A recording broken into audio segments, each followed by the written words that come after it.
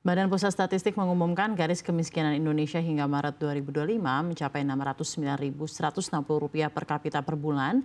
Garis kemiskinan ini tercatat naik dibandingkan September 2024 yang sebesar Rp555.242 per kapita per bulan.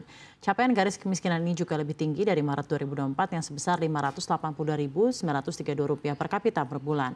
Garis kemiskinan ini naik jika dibandingkan kondisi September 2024. Dengan demikian, garis kemiskinan pedesaan naik sedikit dibandingkan kota. Sementara itu, berdasarkan distribusi, kontribusi terbesar dari garis kemiskinan adalah makanan sebesar 74,58% dan kategori bukan makanan berkontribusi sebesar 25,42%.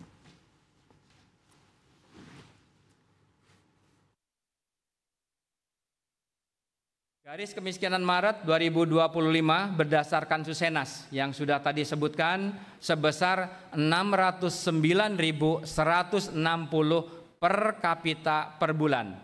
Jika kita bandingkan dengan September 2024 mengalami peningkatan 2,34%. Nah, garis kemiskinan kota sebesar Rp629.561 per kapita per bulan. Garis kemiskinan kota tersebut lebih tinggi dibandingkan dengan garis kemiskinan pedesaan yang di desa mencapai Rp580.349 per kapita per bulannya. Nah, garis kemiskinan kota tersebut naik pada bulan Maret 2025 dibandingkan dengan bulan September 2024-nya GK atau garis kemiskinan kota naik 2,24%. Rasio ketimpangan penduduk Indonesia atau rasio Gini pada Maret 2025 turun dari September tahun lalu. Badan Pusat Statistik mencatat rasio Gini penduduk Indonesia turun 0,006 poin ke angka 0,375 pada Maret 2025. Sebelumnya, angka rasio Gini masyarakat Indonesia sebesar 0,381 pada September 2024. Ketimpangan cenderung lebih tinggi di perkotaan jika dibandingkan dengan di pedesaan.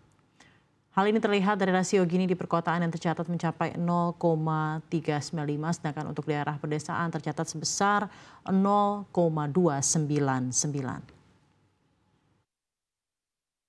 Nilai Gini rasio ini berada antara 0 sampai dengan 1. Semakin tinggi atau semakin mendekati 1, maka semakin tinggi ketimpangannya.